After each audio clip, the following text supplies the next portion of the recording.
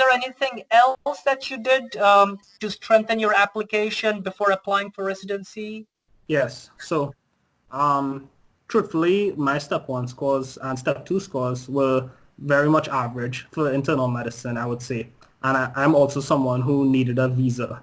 So considering these things, including the fact that I went to a university not well known in the United States, and the fact that I was applying in 2019 when my graduation was in 2017, I had a few things working against me, I would say, in the match. So I basically told myself I need to do some things that would make me much more desirable to programs. So I asked myself, like, what would make a program look at my application and think like this person is really outstanding, or this is somebody we must interview. So what I did was I tried to do things that were different. I did some online courses on Coursera.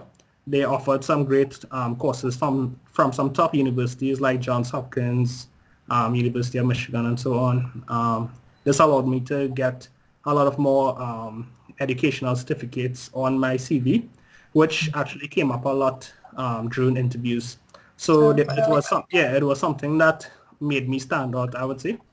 Other than Coursera, there's a new website called edx.com, and they also offer a lot of courses with certificates. They are a lot newer, so they're worth checking out as well. I did one from them specifically in lifestyle medicine. They offer a course in lifestyle medicine, which is great if you are getting into primary care field, like internal medicine or family medicine. So I did these two things, and I also made sure to stay active with research. So I did posters, presentations. I tried to do some quality improvement projects back in Trinidad, and I tried to form bonds with the residents in the rotations where I went to the US, and I really tried to stay constantly involved in research, even if it was just a poster or an abstract publication, just to have something constantly going to build up my research experience. Because a lot of programs now are doing quality improvement projects as part of their residency training. So I thought it would be great to show them that I was capable of doing that type of study, Yeah. And then finally, the one other thing I did was so point of care ultrasound is a big thing in internal medicine and in primary care right now in the US, whether it's internal medicine, family medicine, emergency medicine, even OB. So there's this pathway to certification in point of care ultrasound. It's pretty new, offered by the American Thoracic Society and the Society of Hospitalist Medicine. It's called point of care ultrasound certificate of completion. And they basically offer live ultrasound courses throughout the US. It's pretty expensive. It starts at like $1,000 US and could go anywhere up to like $4,000 US. But I was lucky to find one just under $1,000 US, and I did that as well. So I was able to get real hands-on training in point of care ultrasound. And they actually gave me a certificate saying I did focus echocardiograms, line incisions, looked at the lungs, the abdomen. So when you come with something like that to interview, I took the certificate to the interview, of course, to show them. It was really something that I think made me more outstanding, more memorable than, like someone who would just research or just clinical experience. So I really think you need to ask yourself, what are some things you can do that would make you truly outstanding, and then try to present that in your interviews.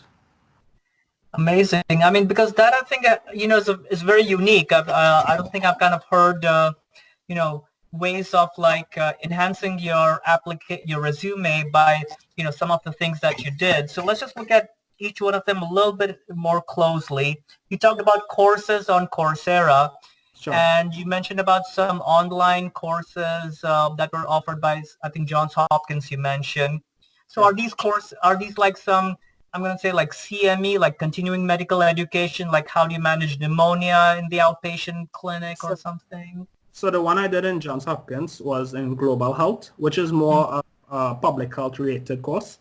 And it was just about like health systems and understanding how health systems are set up, especially in like resource limited countries. So not really directly related to inpatient care, but still gave me a broader understanding of medicine on the whole. And I think it was still helpful. And truthfully, I think program directors like to see names like Johns Hopkins and so on your application. You know, it's like outstanding.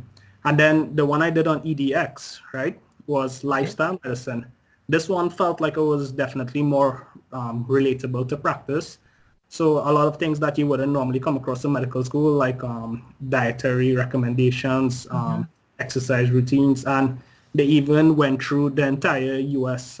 Healthcare system in terms of how it's set up with Medicare and Medicaid and the history of it as well.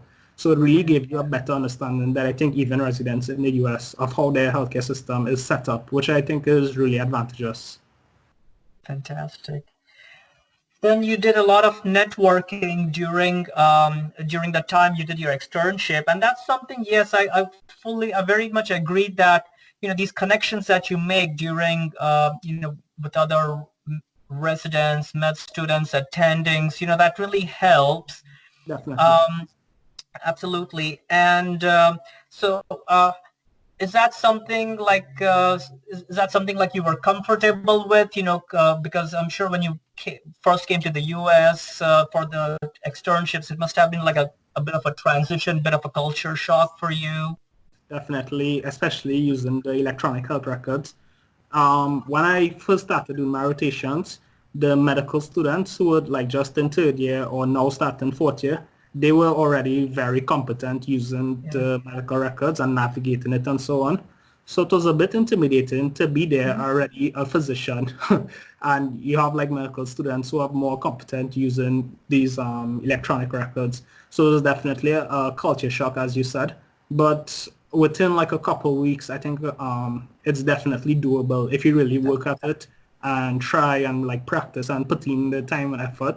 You definitely overcome that initial learning curve. And by the end of my rotation, I was actually showing some of the residents some new tips and tricks that I picked up on the EMR. So, it's definitely something worth investing the time in.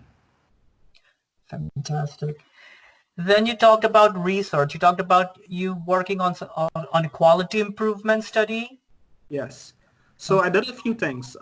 So when I was not rotating in the US, I was performing my home internship at in my home country. So I was rotating throughout various different specialties, and we would have to do things like audits sometimes of the patient care or like of the processes.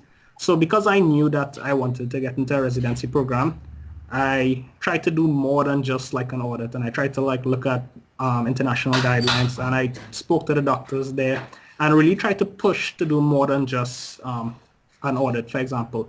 And then I took that information, I sent it to conferences, I went and presented it at a couple conferences, and I made a poster with it as well, and printed it out, and really I actually took that poster to my interviews as well. And I made extra copies for the program directors and so on, and they were really interested. It was definitely something unique, I would say. Uh, could you share? So where did you present these posters at? Well, I actually presented the posters at my home institution. So we had like a national research day at one of the Fantastic. hospitals I was working at. So I was able to present it at that.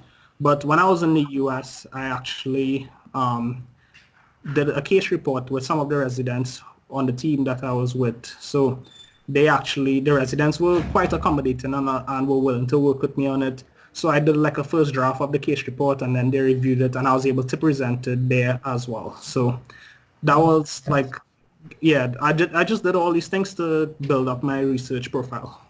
yeah. And finally, so were you able to like have that published, that case report, or it's in the process? It's actually still in the process. The residents there, are you still seeing me? Sorry. Yeah, I Are can you hear still you. Yeah. Okay, so the residents at the institution where I did the case report, they actually took it and made it part of their residency training, and they actually used it as their research project as part of their training, which is required for them. So it wasn't Mhm. published in a journal, but they used it in their hospital training, basically. Fantastic. And well, the research I did in my home country, yes, that was published in our Caribbean journals and at the conferences journals as well. Excellent. Very nice.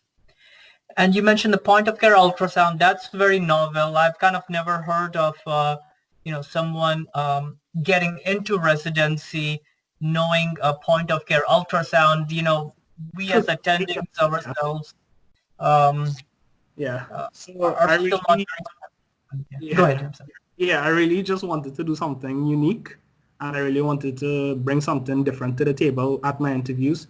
So that's why I kind of went out and pursued this point of care ultrasound training. When I went to my course, they were actually mostly attendings there. I was one of the few people who wasn't an attending, and there were like two or three other residents there. So there was a good opportunity to network as well. And there was actually one other IMG there. So I guess it's something that people are starting to do now. So even though I mentioned the American Thoracic Society and Society of Hospitals Medicine, they offer their courses at high cost, you could find other point of care ultrasound courses that like are not really certified by American Thoracic Society, but still good point of care ultrasound courses for a lot cheaper. And you could still get some experience and practice using point of care ultrasound, which again is something that's becoming very big in primary care.